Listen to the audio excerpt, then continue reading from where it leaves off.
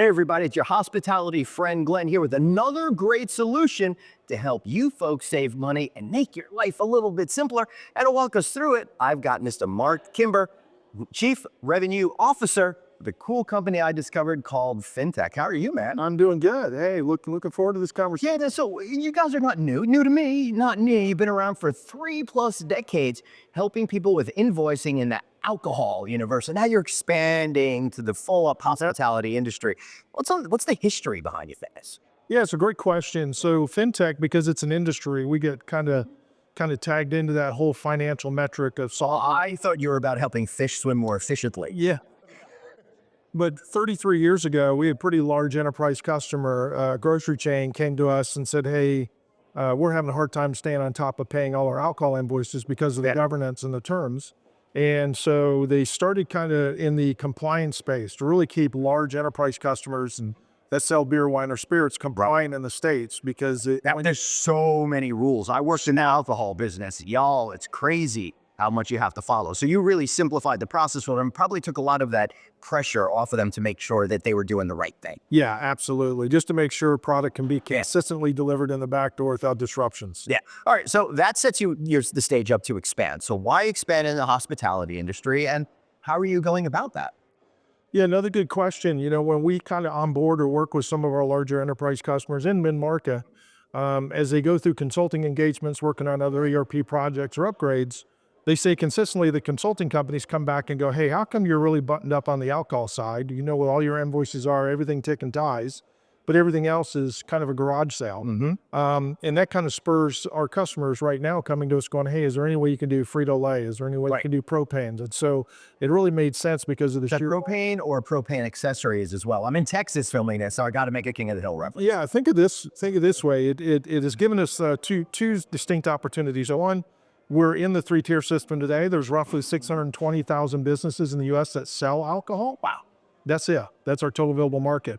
So it allows us to expand our offerings in that current subset of customers that we're in to ingest other invoices to simplify that engagement, but also allows us to expand our total available market and step outside of the 3 systems. So why should hoteliers care? How are you going to help them? Yeah, another really good question. You know, when you're kind of having staffing, right, is consistently, it's really about the efficiencies of scale and allowing the operators to kind of take care of the guests on a day-to-day basis and stay out of the back office from an administrative standpoint. So what would you say are some of the challenges that hoteliers are facing that you're able to solve problems for?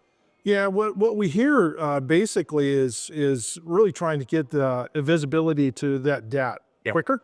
And so by moving to an EDI engagement of your 100% of your vendor network, it simplifies the delivery of that data from the vendor straight into your ERP system, gives you better visibility to cash flow, pending debt, gives you visibility of compliance, products that may be coming into the business that you shouldn't be receiving, or pricing is out of whack, or case pack sizes, things like that. So there's really an economy of scales of digitizing all the invoice traffic. That's pretty cool because, and you guys know this, you're under so much stress and pressure right now. One mistake could cost you so many man hours, and who knows what the financial responsibility could be behind it. So Absolutely. when every dollar counts, you're helping save pennies and dollars and a whole lot more.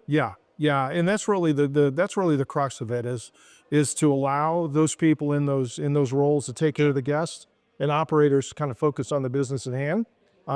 Simplify the accounting, reconciliation be done quicker, and what we hear from our current install base, it's about 5 minutes in savings from an ROI standpoint of having to manually key in an accurate invoice. All right, so that's just one invoice. Think about how many invoices your hotels are getting every single day out there, and those time savings really start to add up. All right, there's so many technology products out there. Why pay attention to fintech first and pull the trigger on it? Well, I think our track record speaks for itself. When you kind of think of scale, we ingest about 250,000 invoices a day. That runs through our engine just on the alcohol side. So we're extremely efficient on how we do it. The data's accurate, the infrastructure's already built. I think the second thing is we actually do all the heavy lifting. So what we find is when we're talking to customers, they're making that business decision. I'd like to do it. I don't have the infrastructure or the resources.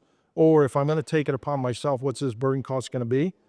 But the bigger thing is if you have 50 unique vendors that you work with on a monthly basis, you may have to write 50 unique integrations to support that, where we actually go do the heavy lift. And so there's a single integration coming into your ERP system, whether it's Birch Street, Coupa, or whatever you're using. It's really funny. The hotel we're at right now, I did an event for Birch Street here. Yeah, last year, as a matter of fact. Partner of ours. Yeah. Oh, that's really fantastic. All right. So you got me convinced. So how do I learn more about fintech and the savings you can offer to hoteliers? Yeah, probably the easiest way is just to go to www.fintech.com. There's a multiple viewpoints that you can kind of look at and interest. We can schedule a demo. We've got people lined up to kind of do that and walk you through it. And in some cases, we do what we call a POC and say, hey, listen, let us not just tell you what we can do, let you show what we can do. Start with 3 or 4 vendors, see if that works. And if it makes sense, then we kind of move forward. And if it doesn't, we shake hands and Nice. Wish you nothing but the best of luck. Great. I love it. Well, thank you so much for being here. And thanks to all of you for paying attention. I hope that you find ways to save more money, especially with these guys over here. I'm Glenn. Make sure you like and share this video. Thanks so much for tuning in. We'll see you next time.